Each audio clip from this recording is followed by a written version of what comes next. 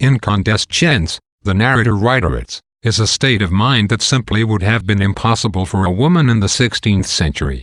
She continues her history by tracing the gradual emergence of women writers out of that blank past.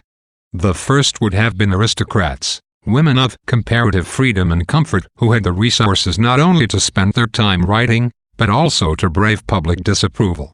This is how the narrator accounts for the poetry of Lady Winchilsea around the turn of the 18th century. Her work, however, is far from incandescent. One has only to open her poetry to find her bursting out in indignation against the position of women. She then turns to the writings of Margaret of Newcastle, who might have been a poet or a scientist but instead frittered her time away scribbling nonsense. Like Lady Winchilsea, she was an aristocrat, had no children, and was married to the right kind of man. The letters of Dorothy Osborne, next off the shelf, indicate a disdain for women who write, and at the same time betray a remarkable verbal gift in their own right.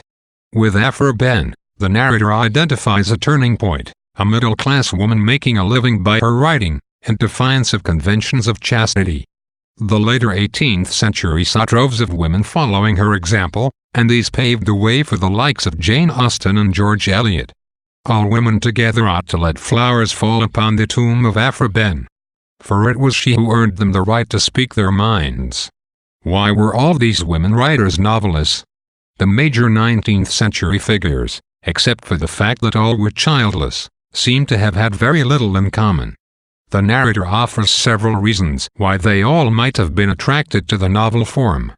For one thing, these women wrote in the shared space of the sitting room. Perhaps the novel proved a hardier form than poetry in this climate of distraction. Secondly, without any formal literary training, the education 19th century women received in reading character and behavior would have been their main literary asset, one most applicable to the novel.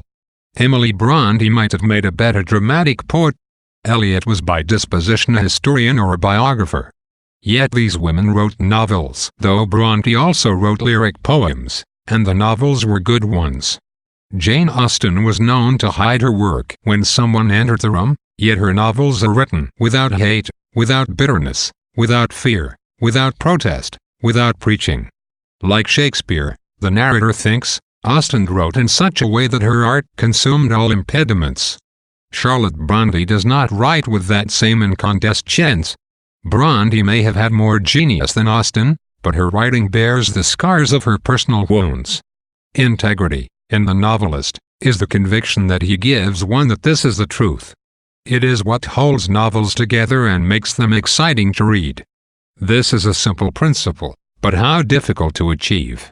For the most part, we are told, novels do come to grief somewhere. The narrator wonders how the sex of the novelist affects the possibility of achieving this artistic integrity. For Bronte it certainly did. She left her story, to which her entire devotion was due, to attend to some personal grievance. She remembered that she had been starved of her proper due of experience. Her imagination swerved from indignation, and we felt it swerve. Not only anger, but ignorance, fear, and pain are the residue of gender in Bronte's case, nor is Bronte alone in this. One has only to skim those old forgotten novels and listen to the tone of voice in which they are written to divine that the writer was meeting criticism. She was saying this by way of aggression, or that by way of conciliation. She was thinking of something other than the thing itself.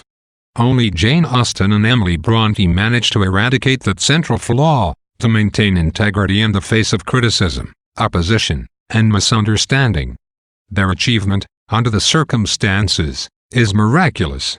The lack of an existing literary tradition is, in the narrator's opinion, the greatest obstacle for these heroic 19th century writers. The writings of the greatest literary men were no help to the female author against the problem that there was no common sentence ready for her use. The masculine sentence of a Johnson, say, would not do, and these motherless women had a great work before them. This may be another explanation for the turn to the novel, which form alone was young enough to be soft in her hands. But women may not always choose to write novels, the narrator predicts. They have poetry in them still unexpressed. This does not necessarily mean that they will write poems, however, but that they may channel that poetry into some new form, as yet unconceived. The narrator begins to outline with great reverence the women's literary tradition to which she herself is heir, and which was so conspicuously absent for those first women writers. Even the innumerable bad novels that women produced in the years after Ben made writing into an industry are a salient piece in this tradition. The fact that writing could generate income was foundational for all that came later. Money dignifies what is frivolous if unpaid for. Woolf has returned, in this fourth chapter of her essay, to the point from which she refused to begin it, a discussion of prominent women writers. After all that has been discussed about the conditions for genius and its expression, the careers of the canonical literary women appear in a fresh light. We are asked to consider what they did and did not achieve in terms of the incandescence and integrity of their work. This aesthetic standard itself is a luxury hard one. Woolf wants us to see that it could not have been applied a generation earlier, and that its very relevance measures the leaps these women have made. Charlotte Bronte had axes to grind. The fact that they show up in her work is a failing, but it doesn't make her grievances any less legitimate or make her any less important in the history Woolf is outlining.